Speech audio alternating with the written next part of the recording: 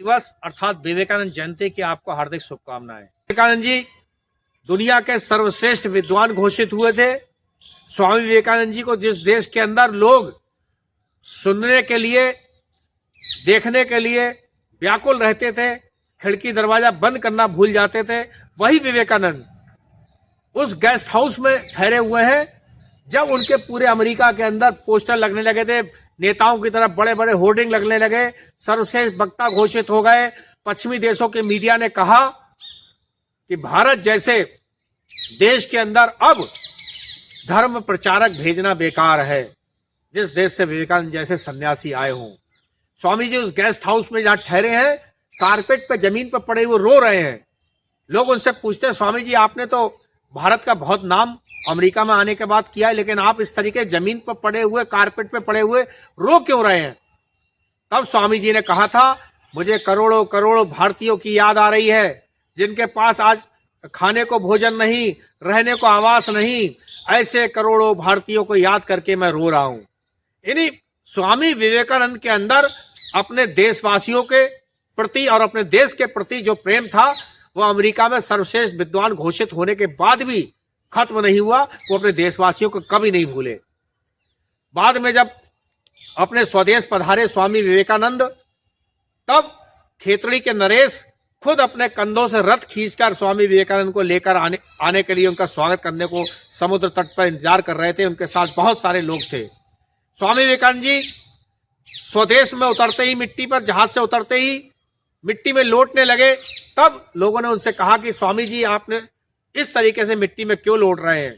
तब स्वामी विवेकानंद जी कहते हैं, भोगवादी देशों में गया था, विलासता के कोई कण यदि मेरे शरीर पर चिपक गए होंगे तो उनको पवित्र भारत माँ की गोद में लौट कर मैं दूर कर रहा हूं। ऐसा विवेकानंद जी का भाव। विवेकानंद जी के देश भर में लेक्चर होते हैं, लोग उन्हें जगह जगह बुलाते हैं। लोग कहते हैं कि विवेकानंद जी आप देश को आजाद नहीं करा सकते। तब स्वामी जी कहते हैं, देश को आजाद कराने वाले लोग कहाँ हैं? आजादी की रक्षा करने वाले लोग कहाँ हैं? तब स्वामी जी से लोग पूछते हैं कि कैसे लोगों की जरूरत है? तब कहते हैं आवश्यकता है वीर्यवान, तेजस्वी, निष्कपट, श्रद्धा संपन्न नवयुवकों की। ऐसे अगर 100 मिल जाएं तो संसार का कायाकल्प कर दूं। ऐसे विवेकानंद जिसने कहा था, हे स्त्रियों तुम भूलना नहीं, तुम्हारे आदर्श सीता, सावित्री, दमयंती, गार्गी और मैत्रेयी हैं। युवाओं के लिए भी उन्होंने कहा था, रामकृष्ण परमहंस, हनुमान जी के इस देश के अंदर तुम्हारे आदर्श कौन है? लेकिन दुर्भाग्य से हम आदर्श भूल रहे हैं। नर सेवा से नारायण सेवा, यानी नर की सेवा करो तो नारायण की सेवा है। अर्थात आप किसी गरीब के जख्मों पर अपने हाथों से मरहम लगाते हैं तो सच्चे मानों में आप स्वामी विवेकानंद जी के अनुयायी हैं। Each soul is potentially divine, प्रत्येक आत्मा अव्यक्त ब्रह्म है। अर्थात प्रत्येक व्यक्ति के अंदर देवत्व जो विद्यमान है, जिसे आत्मा कहते हैं, जिस आत्मा के निकल जाने के बाद शरीर नश्वर हो जाएगा, मिट्टी हो जाएगी। सर्वाधिक प्रेम करने वाली पत्नी भी उस डेड बॉडी को घर में रखना पसंद नहीं करेगी। पिता पुत्र कोई भी नहीं चाहेगा उस मृत शरीर को अपने घर में रखना। उस जीवात्मा को पहचानो। वो जीवात्मा छोटे बड़े, गोरे काले, ऊंच नीच, सबके अंदर वही जीवात्मा है। उस जीवात्मा को पहचानो, उसका सम्मान करो। हम एक जीवात्मा होते हुए, ईश्वर का अंश होते हुए, दूसरे शरीर के अंदर जीवात्मा, तो उसका अपमान करने वाले कौन होते हैं? स्वामी विवेकानंद जी ने तमाम तरह के सवाल खड़े किए थे। त्याग और सेवा की बात की थी। त्याग और सेवा क्या होती है, इसको समझने की जरूरत है। विवेकानंद की जयंती पर, विवेकानंद जी की जयंती पर समझने की जरूरत है कि शिक्षा क्या है। शिक्षा के लिए विवेकानंद जी कहते थे, शिक्षा का अर्थ ये नहीं है कि तुम्हारे दिमाग में बहुत सारी जानकारियां इस तरीके से ठूस दी जाए कि तुम्हारा जीवन भर उन जानकारियों को हजम न कर सके।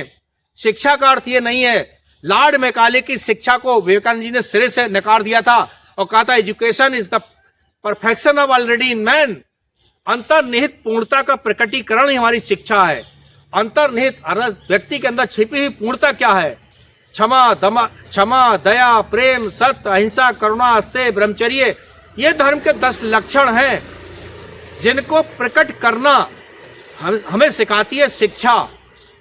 हम शिक्षित होकर मन, वचन और कर्म में अगर भेद करते हैं, उनमें एका नहीं रख पाते, तो ऐसी शिक्षा किस बात की? हम कहते कुछ हैं, करते कुछ है, और हमारा व्यवहार कुछ होता है, आचरण कुछ होता है। विवेकानंद जी ने कहा था कि ये काम होगा, चरित्र निर्माण से मनुष्य निर्माण, रास्ता बताया चरित्र निर्माण से मनुष्य निर्माण, और मनुष्य निर्माण से ही राष्ट्र का पुनरुत्थान होगा। चरित्र का निर्माण कोई कारखाने और फैक्ट्री में बैठ के नहीं हो सकता। इसके लिए उन्होंने एक रास्ता भी बताया था, उसके लिए बहुत सूत्र उन्होंने बताए थे कि चरित्र का निर्माण कैसे होगा, करेक्टर बिल्डिंग कैसे होगी, सकारात्मक सोच से हमारे नकारात्मक विचार जाएंगे। इसलिए स्वामी जी कहते थे कि उठो, जागो और समस्त उत्तरदायित्व अपने कंधों पर ले लो और जानो कि अपने भाग्य के विधाता तुम खुद हो। Stand up, be bold and be strong and take the whole responsibilities on your own shoulders and know you are the creator of your own destiny. All the strength and success you want is within yourself. Swami Vivekananda ji के सपनों का भारत हम गठित कर पाए, उनके आचरण पर चल पाए, उनके बताए रास्ते पर चल पाए, तभी 12 जनवरी राष्ट्रीय युवा दिवस मनाने का सपना पूरा हो पाएगा। वरना इस तरीके से मूर्ति के प्रतिमा के आगे आना, पुष्पार्पण करना, चले जाना मत्था टेक के, इससे काम नहीं चलेगा। अब विवेकानंद के सपनों का भारत गठित करने की जरूरत है। धन्यवाद।